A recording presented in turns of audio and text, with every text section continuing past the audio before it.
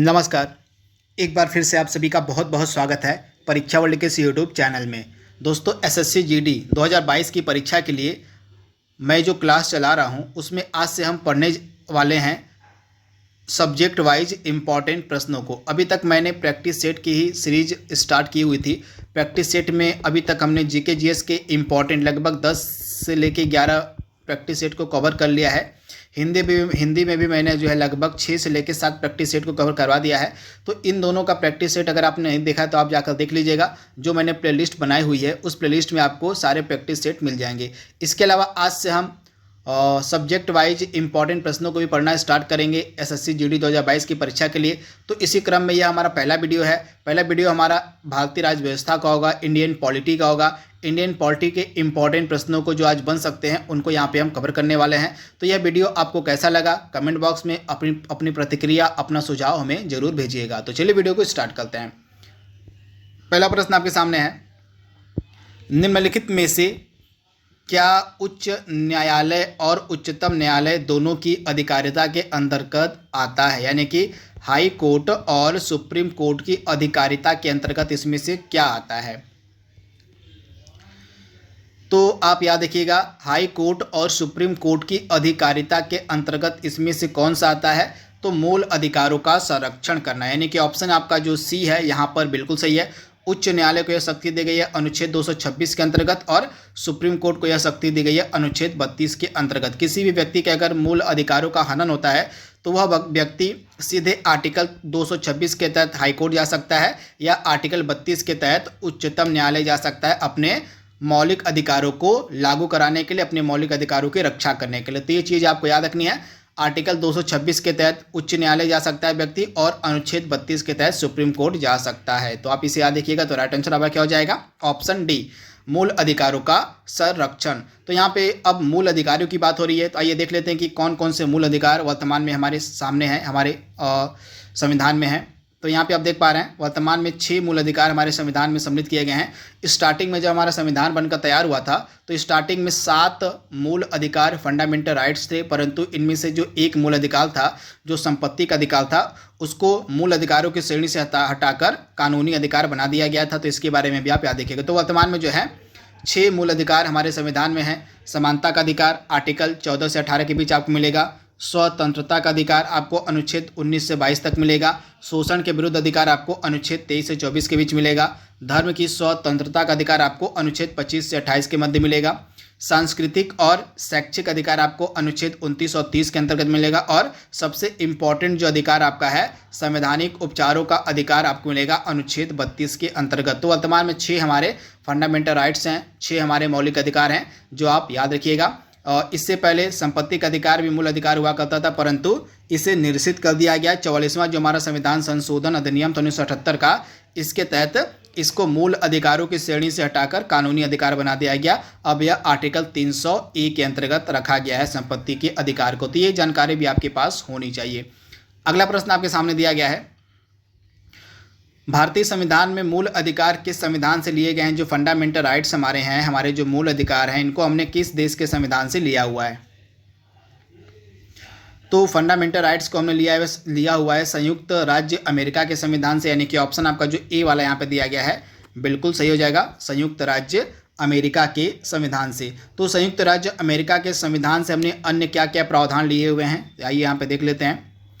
तो यहाँ पे मौलिक अधिकार आपका हो गया, न्यायपालिका की स्वतंत्रता हो गया, इसके अलावा न्यायिक समीक्षा का अधिकार हो गया, राष्ट्रपति पर महाभियोग हो गया, इसके अलावा उच्चतम न्यायालय एवं उच्च न्यायालय के न्यायाधीशों को हटाने का जो अधिकार है, जो प्रोसीजर है, वह भी इसी के अंतर्गत रखा गया है। इसके अलावा उपराष्ट्रपति का जो पद होता है यह भी इसी के संविधान से लिया गया है, अमेरिका के संविधान से ही लिया गया है। तो ये सारे एडिशनल फैक्ट भी आपको साथ में याद रखने हैं जो आपसे पूछे जा सकते हैं। अगला प्रश्न आपके सामने दिया गया है, भारत में कौन सा संशोधन अधिनियम मिनी कॉन्स्टिट्यूशन यानी कि मिनी संविधान कहा जाता है? कौन सा संविधान संशोधन अधिनियम को हम मिनी कॉन्स्टिट्यूशन यानी कि मिनी संविधान कहते हैं, आपको बताना है। तो मिनी संविधान हम किसे कहते हैं? तो आप याद रखिएगा, जो 42वां संविधान संशोधन अधिनियम है 1976 वाला, यानी कि ऑप्शन आपका सी यहाँ पे बिल्कुल सही हो जाएगा। 1976 का जो 42वां संविधान संशोधन अधिनियम है, इसको हम मिनी कॉन्स्टिट्यूशन यानी कि मिनी संविधान के नाम से भी जानते हैं। तो इसके बारे में आप याद रखिएगा। इसके अंतर्गत बहुत सारे इम्पॉर्टेंट जो प्रावधान थे वो डायरेक्टली ऐड किए गए हमारे संविधान में। तो क्या क्या ऐड किए गए थे, कुछ आइए बात कर लेते हैं। तो सबसे पहली चीज़ आपको याद रखनी है मौलिक कर्तव्य, यानी कि हमारे जो फंडामेंटल ड्यूटीज़ हैं, हमारे जो मौलिक कर्तव्य हैं, इनको जो है इसी संविधान संशोधन अधिनियम के तहत ही और संविधान में ऐड किया गया था। आर्टिकल 51A इसके अंतर्गत जोड़ा गया था। आर्टिकल 51A जो है इसके अंतर्गत जोड़ा गया था इसी संविधान संशोधन अधिनियम के तहत। तो इसके बारे में आप याद रखिएगा। तथा हमारी जो प्रस्तावना है, हमारा जो प्रियम्बल है, उसमें 3 महत्वपूर्ण शब्द समाजवादी, पंथ निरपेक्ष और अखंडता। समाजवादी का मतलब सोशलिस्ट हो गया, पंथ निरपेक्ष का मतलब सेकुलर हो गया और अखंडता का मतलब इंटीग्रिटी हो गया। तो ये 3 इंपॉर्टेंट शब्द भी हमारे संविधान में जोड़े गए थे इसी अधिनियम के तहत 1976 के। तो ये सारे चीज़ें आपको पता होना चाहिए। तो इसी कारण से इसको हम मिनी कॉन्स्टिट्यूशन यानी कि मिनी संविधान के नाम से भी जानते हैं 42nd अमेंडमेंट को। तो ऑप्शन आपका जो यहाँ पे सी वाला है बिल्कुल सही हो जाएगा। भारतीय संविधान में कितने प्रकार के न्यायिक आदेश यानी कि रिट हैं, आपको बताना है हमारे संविधान में कितने प्रकार के रिट हैं। तो हमारे संविधान में कितने प्रकार के रिट हैं, तो 5 प्रकार के रिट देखने को आपको मिल जाएंगे, यानी कि ऑप्शन आपका जो ए है यहाँ पे बिल्कुल सही हो जाएगा। 5 प्रकार के रिट। ये 5 प्रकार के रिट कौन कौन से हैं आइए देख लेते हैं। यहाँ पे बंदी प्रत्यक्षीकरण यानी कि हैबियस कॉर्पस आपका हो गया। इसके बाद आपका हो गया मैंडेमस हो गया, आप याद देखिएगा। मैंडेमस मतलब परमादेश आपका हो गया। परमादेश के बाद आपका प्रोहिबिशन होता है, प्रोहिबिशन का मतलब प्रतिषेध होता है। इसके बाद उत्प्रेषण हो गया और 5वां आपका होता है अधिकार परीक्षा। तो ये आपके क्या हैं, तो ये आपके 5 रिट हैं, इनके बारे में आप याद रखिएगा, इंपॉर्टेंट है। यहाँ पे आप देख पा रहे हैं सुप्रीम कोर्ट को अनुच्छेद 32 के तहत और हाई कोर्ट को अनुच्छेद जो है 226 के तहत रिट जारी करने का अधिकार दिया गया है, पावर दिया गया है। तो ये एडिशनल इन्फॉर्मेशन भी आपको साथ में याद करनी है। अगला महत्वपूर्ण प्रश्न आपके सामने है, भारतीय संविधान के किस भाग में भारत को एक कल्याणकारी राज्य के रूप में स्थापित करने की बात कही गई है। तो भारत को एक कल्याणकारी राज्य के रूप में स्थापित करने की बात किसके अंतर्गत करी गई है, तो हमारे जो डीपीएसपी हैं, हमारे जो राज्य के नीति निर्देशक तत्व हैं, इन्हीं के अंतर्गत जो है भारत को एक कल्याणकारी राज्य के रूप में स्थापित करने की बात कही गई है। तो ऑप्शन आपका जो सी यहाँ पे दिया गया है बिल्कुल सही हो जाएगा, आप इसे याद रखिएगा। तथा ये जो राज्य के नीति निर्देशक सिद्धांत हैं ये किस आर्टिकल के अंतर्गत रखे गए हैं, तो आर्टिकल 36 से लेके आर्टिकल 51 तक आपको मिलेंगे राज्य के नीति निर्देशक सिद्धांत। और किस भाग में है, किस पार्ट में है, तो ये आपको मिलेगा भाग 4 में। भाग 4 में आपको ये देखने को मिल जाएंगे। तथा किस देश के संविधान से इस प्रावधान को हमने ग्रहण किया हुआ है, तो आयरलैंड के संविधान से जो है इस प्रावधान को हमने ग्रहण किया हुआ है राज्य के नीति निर्देशक सिद्धांत को। तो ये सारे एडिशनल फैक्ट आपको साथ में याद करते हुए चलना है। दोस्तों यह जो सीरीज मैंने स्टार्ट की है सब्जेक्ट वाइज इंपॉर्टेंट प्रश्नों की, आपको कैसी लगी कमेंट बॉक्स में आप इसके बारे में हमें बताइएगा। इसके अलावा जो मित्र जो सहपाठी आपके SSC GD 2022 की परीक्षा की तैयारी कर रहे हैं उनके मध्य भी यह वीडियो आप शेयर कर दीजिएगा। भारत का राष्ट्रपति किसका अभिन्न अंग होता है, आपसे पूछा जा रहा है। भारत के जो राष्ट्रपति हैं, प्रेसिडेंट ऑफ इंडिया जो हैं, ये किसके अभिन्न अंग होते हैं, अभिन्न पार्ट होते हैं।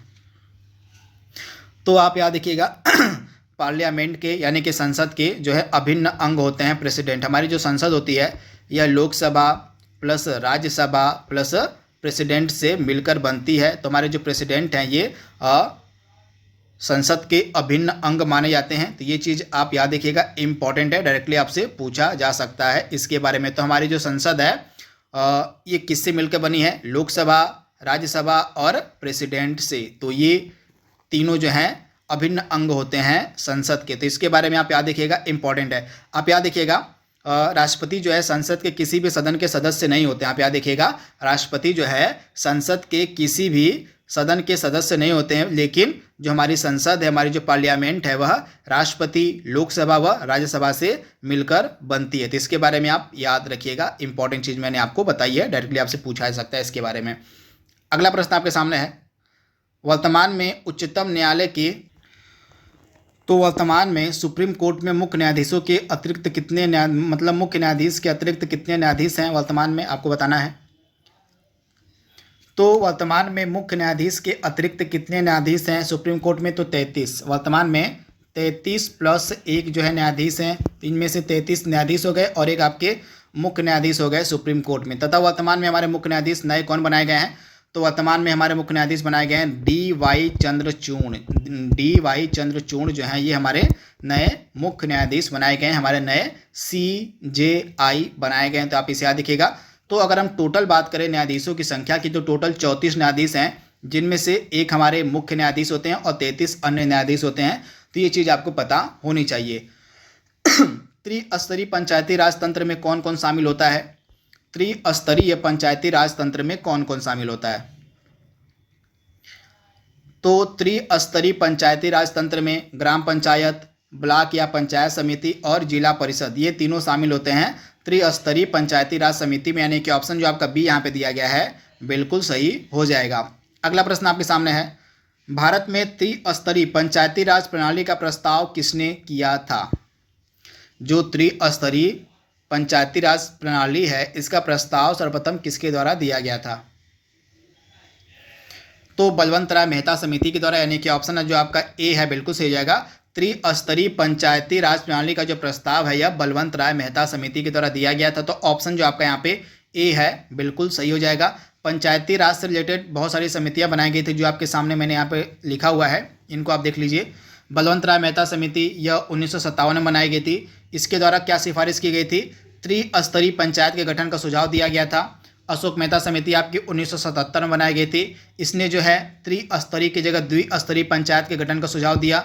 इसके बाद GVK राव समिति का गठन किया गया था 1985 में, 1985 में। इसमें क्या किया गया था? इसने क्या सिफारिश दी थी? तो जिला स्तरीय निकाय को लोकतांत्रिक विकेंद्रीकरण में महत्वपूर्ण स्थान देने का जो सुझाव था यह दिया गया था GVK राव समिति के द्वारा। इसके बाद लक्ष्मी मल सिंघवी समिति का गठन किया गया था 1986 में। इसने जो है पंचायती राज को संवैधानिक दर्जा, स्वतंत्र और निष्पक्ष चुनाव कराने का सुझाव दिया था। तो ये सारे समितियां हैं जो आपकी पंचायती राज से रिलेटेड हैं। इनका गठन कब किया गया था? इनके द्वारा क्या क्या सुझाव दिया गया था, आपको याद रखना है। अगला प्रश्न आपके सामने है, संसद के दोनों सदनों का संयुक्त सत्र कौन बुला सकता है? संसद के दोनों सदनों का जो संयुक्त सत्र है वह कौन बुला सकता है, आपसे पूछा जा रहा है। ज्वाइंट सेशन की यहाँ पे बात हो रही है कि जो ज्वाइंट सेशन होता है वह कौन बुलाता है। तो ज्वाइंट सेशन बुलाता कौन है? आप याद रखिएगा, ज्वाइंट सेशन बुलाने का अधिकार है प्रेसिडेंट के पास, यानी कि राष्ट्रपति के पास। यानी कि ऑप्शन जो आपका यहाँ पे ए है बिल्कुल सही हो जाएगा। तथा किस अनुच्छेद के तहत जो है संयुक्त बैठक का प्रावधान है? तो अनुच्छेद 108। आप याद रखिएगा, अनुच्छेद 108 के तहत जो है संयुक्त बैठक का प्रावधान किया गया है। तथा यह जो संयुक्त बैठक है बुलाई जाती है प्रेसिडेंट ऑफ इंडिया के द्वारा। तो आप इसे याद रखिएगा, इंपॉर्टेंट है। तथा संयुक्त बैठक की कार्यवाहियों की जो अध्यक्षता है कौन करता है? कार्यवाहियों की इसकी जो अध्यक्षता की जाती है लोकसभा स्पीकर के द्वारा, लोकसभा अध्यक्ष के द्वारा। आप याद रखिएगा, बैठक को बुलाते तो प्रेसिडेंट है, परंतु इस बैठक की कार्यवाही की जो अध्यक्षता की जाती है लोकसभा स्पीकर के द्वारा। अगर आप याद रखिएगा, अगर किसी कारणवश लोकसभा के स्पीकर अनुपस्थित रहते हैं तो उनकी जगह पर लोकसभा के जो उपाध्यक्ष होते हैं वे संयुक्त बैठक की अध्यक्षता करते हैं। इसके बाद अगर मान लीजिए कि उपाध्यक्ष भी लोकसभा के अनुपस्थित रहते हैं तो उस परिस्थिति में राज्यसभा का जो उपसभापति होगा, आप याद रखिएगा, उस परिस्थिति में अगर लोकसभा का उपाध्यक्ष भी अनुपस्थित रहता है तो उस परिस्थिति में जो राज्यसभा के उपसभापति होते हैं वे इस संयुक्त बैठक की अध्यक्षता करते हैं। तो ये चीज़ आपको पता होनी चाहिए। अगला प्रश्न आपके सामने है, यहाँ पे राज्यसभा का उपसभापति, आप याद रखिए सभापति नहीं, उपसभापति जो है अध्यक्षता कर सकते हैं अगर लोकसभा का उपाध्यक्ष उपस्थित ना हो तो ये चीज़ आपको पता होनी चाहिए। अगला प्रश्न आपके सामने है, उच्चतम न्यायालय में संविधान के निर्वचन से संबंधित मामले की सुनवाई करने के लिए न्यायाधीशों की संख्या कम से कम कितनी होनी चाहिए? अगर संविधान के निर्वचन से संबंधित कोई भी मामला अगर उसकी सुनवाई करनी है सुप्रीम कोर्ट में तो कम से कम कितने न्यायाधीशों की बेंच बननी चाहिए? तो कम से कम 5 न्यायाधीशों की बेंच होनी चाहिए। तो ऑप्शन आपका जो यहाँ पे डी वाला है बिल्कुल सही हो जाएगा, कम से कम 5 न्यायाधीशों की जो बेंच है वह बननी चाहिए। भारतीय संविधान के किस भाग को उसकी आत्मा कहा जाता है? भारतीय संविधान के किस भाग को उसकी आत्मा कहा जाता है? तो आप याद रखिएगा, संवैधानिक उपचारों का अधिकार, आर्टिकल जो 32 है जिसको हम संवैधानिक उपचारों का अधिकार कहते हैं, इसको जो है संविधान की आत्मा कहा जाता है। तो ऑप्शन आपका डी यहाँ पे बिल्कुल सही हो जाएगा। अगला प्रश्न आपकी स्क्रीन पर है, निम्नलिखित में से कौन से आयोग या समिति की सिफारिश पर भारत में अंतर्राज्यीय परिषद की स्थापना की गई थी? तो किसकी सिफारिश पर भारत में अंतर्राज्यीय परिषद की स्थापना की गई थी? तो सरकारिया आयोग। आप याद रखिएगा, सरकारिया आयोग की सिफारिश पर जो है भारत में अंतर्राज्यीय परिषद की स्थापना की गई थी। तो ऑप्शन जो आपका डी यहाँ पे दिया गया है बिल्कुल सही हो जाएगा, आप इसे याद रखिएगा, इंपॉर्टेंट है। आइए सरकारिया आयोग के बारे में बात कर लेते हैं। तो यहाँ पे आप देख पा रहे हैं सरकारिया आयोग, जिसके अध्यक्ष थे राजेंद्र सिंह सरकारिया और इसमें 2 अन्य सदस्य भी थे, बी शिवरमन तथा SR सेन। इन्हीं की सिफारिश पर मई 1990 में अंतर्राज्यीय परिषद का गठन किया गया। तो ये चीज़ आप याद रखिएगा। अनुच्छेद 263 के तहत राष्ट्रपति आदेश के द्वारा अंतर्राज्यीय परिषद की स्थापना कर सकता है, जिसका मुख्य कार्य होगा केंद्र राज्य के आपसी विवादों का समाधान करना। तो अंतर्राज्यीय परिषद की स्थापना का मेन कार्य क्या होता है? केंद्र व राज्य के मध्य जो आपसी विवाद है उनका समाधान करना। तो ये चीज़ आप याद रखिएगा। अगला प्रश्न आपके सामने है, कौन से संविधान संशोधन अधिनियम के द्वारा मतदान की जो आयु थी उसको 21 वर्ष से घटाकर 18 वर्ष कर दिया गया था? तो कौन सा संविधान संशोधन अधिनियम था आपको बताना है, फटाक से जवाब दीजिए आप। तो आपका कौन सा हो जाएगा? आपका हो जाएगा 61वां जो संविधान संशोधन अधिनियम था, इसी के तहत जो है मतदान की जो उम्र थी उसको 21 वर्ष से घटाकर 18 वर्ष कर दिया गया था। तो आप इसे याद रखिएगा। ऑप्शन जो आपका यहाँ पे सी वाला है बिल्कुल सही हो जाएगा। 61वां संविधान संशोधन अधिनियम जो है आपका 1988 का है। तो ये चीज़ आप याद रख सकते हैं। अगला प्रश्न आपकी स्क्रीन पर है, किस अनुच्छेद के द्वारा 6 से लेके 14 वर्ष तक के बच्चों के लिए शिक्षा का अधिकार मूल अधिकार माना गया है? तो आप याद रखिएगा, अनुच्छेद 21A। अब यह फंडामेंटल राइट्स के अंतर्गत आता है। तो अनुच्छेद 21A के अंतर्गत 6 से लेकर 14 वर्ष तक के बच्चों के लिए शिक्षा का जो अधिकार है वह मूल अधिकार माना गया है। तो ऑप्शन आपका सी यहाँ पे बिल्कुल सही हो जाएगा। व्यक्तिगत स्वतंत्रता के लिए निम्नलिखित में से कौन सी रिट या याचिका दायर की जा सकती है? व्यक्तिगत स्वतंत्रता के लिए इसमें से कौन सी रिट या याचिका दायर की जा सकती है? तो राइट आंसर आपका क्या हो जाएगा? बंदी प्रत्यक्षीकरण, यानी कि ऑप्शन जो आपका यहाँ पे बी है बिल्कुल सही हो जाएगा। व्यक्तिगत स्वतंत्रता के लिए जो है बंदी प्रत्यक्षीकरण, जिसको हम हैबियस कॉर्पस के नाम से भी जानते हैं, यह याचिका दायर की जाती है। तो ऑप्शन आपका बी यहाँ पे बिल्कुल सही है। अगला प्रश्न है, भारतीय संविधान के किस अनुच्छेद में अंतर्राष्ट्रीय शांति की बात कही गई है? अंतर्राष्ट्रीय शांति की बात कौन सा अनुच्छेद करता है? तो अनुच्छेद आपका हो जाएगा 51। आप याद देखिएगा, अनुच्छेद 51 जो है यह अंतर्राष्ट्रीय शांति की बात करता है। तथा आपका जो अनुच्छेद 51 है यह किस के अंतर्गत आता है? तो यह राज्य के नीति निर्देशक तत्व के अंतर्गत आता है, आर्टिकल 51। और यह जो आर्टिकल 51 है यह अंतर्राष्ट्रीय शांति की बात करता है। संविधान के किस अनुच्छेद के अंतर्गत राष्ट्रपति अध्यादेश जारी कर सकता है? राष्ट्रपति को अध्यादेश यानी कि ऑर्डिनेंस पारित करने की शक्ति किस अनुच्छेद के तहत दी गई है? तो अनुच्छेद 123 के अंतर्गत जो प्रेसिडेंट हैं, जो हमारे राष्ट्रपति होते हैं, वे ऑर्डिनेंस यानी कि अध्यादेश जारी कर सकते हैं। तो ऑप्शन जो आपका बी है यहाँ पे बिल्कुल सही हो जाएगा। अगला प्रश्न आपके सामने है, यहाँ पे एक तरफ विषय दिया गया है, सब्जेक्ट दिया गया है और भाग दिया गया है। तो आपको बताना है कि इसमें से कौन सा सुमेलित नहीं है। इस प्रकार के प्रश्न एग्जाम में बहुत बार पूछे जाते हैं। तो आइए देख लेते हैं। तो पंचायतों को किस भाग में रखा गया है? पंचायतों को किस भाग में रखा गया है? तो भाग 9 में रखा गया है, जो कि बिल्कुल ही गलत दिया गया। पंचायतें जो हमारी हैं, पंचायत को किस भाग में रखा गया है? तो बिल्कुल सही दिया गया है, आपका भाग 9 आपका सही हो जाएगा। पंचायतों को भाग 9 में रखा गया है।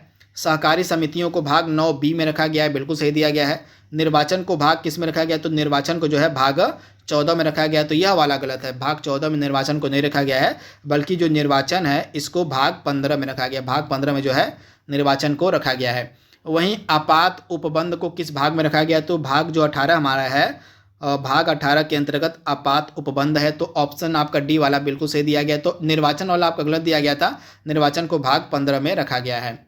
इसमें आपको बताना है कि एक तरफ विषय दिया गया और एक तरफ शेड्यूल यानी कि अनुसूची दी गई है। तो इसमें से बताना है कि आपको कौन सा सुमेलित नहीं है। तो भाषाओं को किस अनुसूची में, किस शेड्यूल में रखा गया है? तो भाषाओं को जो है 8वीं अनुसूची में रखा गया है। इसके बाद राज्यसभा में स्थानों का आवंटन जो है किस अनुसूची में है? राज्यसभा में स्थानों का आवंटन आपको चौथी अनुसूची में मिलेगा, बिल्कुल सही है। शपथ या प्रतिज्ञान जो आपके ओथ एंड अफर्मेशन है, जो आपके प्रमुख पदाधिकारी होते हैं, जो सदस्य होते हैं, जिनके लिए जो शपथ और प्रतिज्ञानों का प्रारूप है वह किस अनुसूची में है? तो अनुसूची यहाँ पे पहला दिया गया, जो कि बिल्कुल ही गलत है। पहली अनुसूची में नहीं मिलेगा आपको, बल्कि यह तीसरी अनुसूची में मिलेगा। तो इसके बारे में आप याद रखिएगा। भारतीय संविधान की जो तीसरी अनुसूची है, भारतीय संविधान का जो तीसरा शेड्यूल है, इसके अंतर्गत शपथ और प्रतिज्ञान को रखा गया है। इसके बाद दल बदल विरोधी कानून आपको मिलेगा 10वीं अनुसूची में, यानी कि 10th शेड्यूल में। तो ये चीज़ आप याद रखिएगा। तो मैंने सारी आपको यहाँ पे बता दी है, पूरी डिटेल भी यहाँ पे लिखी गई है। यहाँ पे आप देख पा रहे हैं पंचायतों को भाग 9 में रखा गया है, सहकारी समितियों को भाग 9B में रखा गया है, निर्वाचन को भाग 15 में रखा गया है और आपात उपबंध को भाग 18 में रखा गया है। इसके अलावा भाषाएँ आपको मिलेंगी अनुसूची 8 में। राज्यसभा में स्थानों का आवंटन अनुसूची 4 में आपको देखने को मिलेगा। शपथ या प्रतिज्ञान आपको अनुसूची 3 में देखने को मिलेगा। अनुसूची 3 में शपथ या प्रतिज्ञान आपको देखने को मिलेगा और दल बदल विरोधी कानून आपको मिलेगा देखने को 10वीं अनुसूची में। तो इसके बारे में आप याद रखिएगा। तो दोस्तों, इस प्रकार से जो आज का पहला वीडियो था पॉलिटी के इम्पॉर्टेंट MCQs का, उसको हमने यहाँ पे कंप्लीट कर लिया है। आई होप यह वीडियो आपको पसंद आएगा, आपके SSC GD परीक्षा के लिए फ़ायदेमंद होगा। तो इसी उम्मीद के साथ इस वीडियो को यहीं पर रोकते हैं। तो आज के लिए बस इतना ही। Thank you, thanks for watching, thank you.